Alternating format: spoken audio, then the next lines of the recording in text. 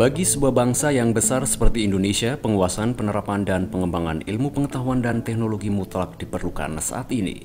Kemampuan ilmu pengetahuan dan teknologi difokuskan pada 7 bidang prioritas.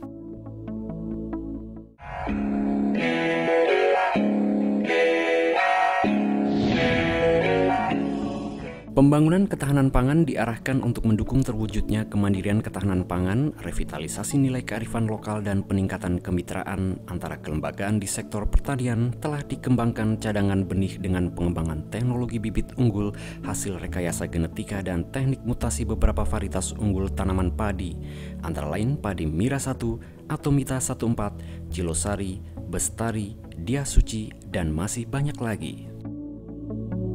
Pengembangan infrastruktur pertanian dengan agribisnis diwujudkan dengan dibangunnya kawasan pertanian terpadu berbasis teknologi yang dikenal dengan Argo Technopark. Di sektor peternakan telah diupayakan perbaikan sifat genetika sapi sekaligus peningkatan populasinya dengan sistem reproduksi modern seperti sersing sperma dan splitting embrio. Selain itu juga berhasil diidentifikasi pada tingkat molekuler bahwa setidaknya 60% ayam lokal telah tahan terhadap serangan flu burung. Di sektor perikanan, seperti diketahui bahwa ikan kerapu merupakan jenis ikan laut komersial penting yang diperdagangkan dalam kondisi hidup dengan tujuan pasar ekspor. Serangkaian teknologi yang dikembangkan antara lain membuat sistem transportasi ikan hidup dengan tingkat kelangsungan hidup sebesar 98%.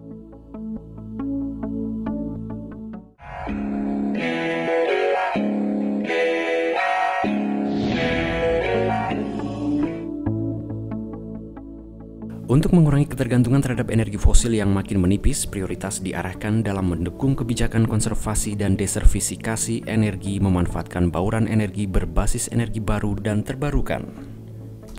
Perkuatan kelembagaan dan jaringan serta mendorong iklim yang kondusif untuk inovasi teknologi energi berbasis sumber daya nasional. Jenis energi prioritas antara lain adalah bahan bakar nabati seperti biodiesel rekayasa.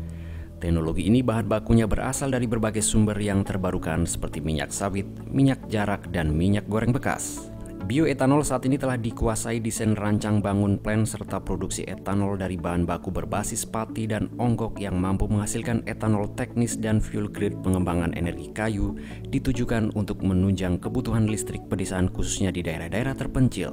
Batubara saat ini telah berhasil dikembangkan teknologi pencairan batubara untuk memproduksi bahan bakar sintetis serta penelitian dan pengembangan teknologi nuklir sebagai penunjang kebutuhan energi nasional.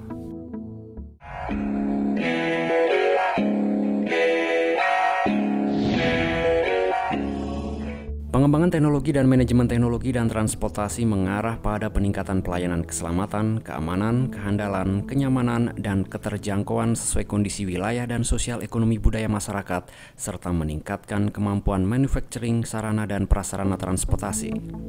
Untuk transportasi air telah dikembangkan berbagai tipe kapal niaga dan kapal penumpang, juga kapal bersayap dengan efek permukaan atau wing-in service efektif.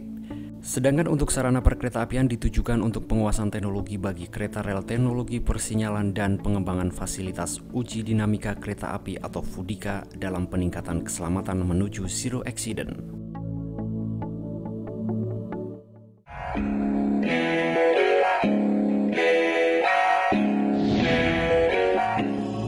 Pengembangan informasi teknologi dan komunikasi diarahkan pada perluasan infrastruktur teknologi agar terjangkau seluruh lapisan masyarakat. Teknologi ini juga mengembangkan aplikasi berbasis open source software dengan semangat Indonesia Go Open Source untuk menghapus citra Indonesia sebagai bangsa pencuri hak cipta. Indonesia juga telah menerapkan teknologi internet wireless berbasis WiMAX. Selain itu telah dipadukan teknologi komputer dan seni budaya dengan pengembangan batik fraktal dan game online berlatar belakang budaya bangsa.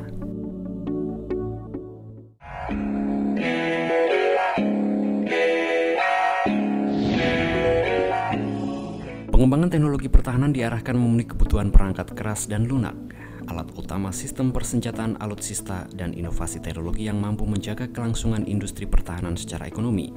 Salah satu wujud kemandirian dalam bidang militer Panzer APC 6x6 produksi dalam negeri.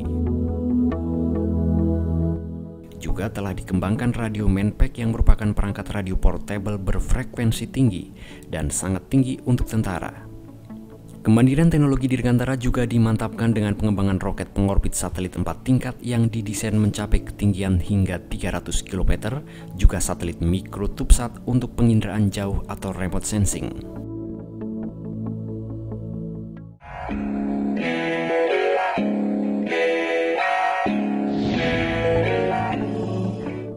Pengembangan teknologi kesehatan dan obat-obatan diarahkan untuk mempertajam prioritas penelitian dan rekayasa iptek kesehatan yang diprioritaskan kepada pencapaian gizi seimbang. Pengembangan teknologi farmasi untuk mewujudkan kemandirian penyediaan obat, pengembangan fitur farmaka, peningkatan kemampuan produksi alat kesehatan, dan peningkatan mutu layanan kesehatan. Selain itu, pengendalian sejumlah penyakit genetik yang menimbulkan gangguan perkembangan fisik dan disease secara dini di klinik lembaga Eijkman.